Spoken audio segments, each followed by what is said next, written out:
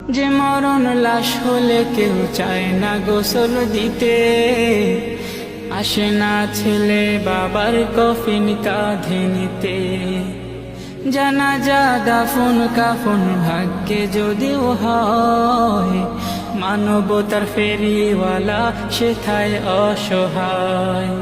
এই পাপীদের কঠিন ইমতেহানে ফেলো না মালিক, এই পাপীদের কঠিন ইমতেহানে ফেলো না। এমন মরণ মাওলা তুমি কাউকে দিও না, এমন মরণ মাওলা তুমি কাউকে দিও না।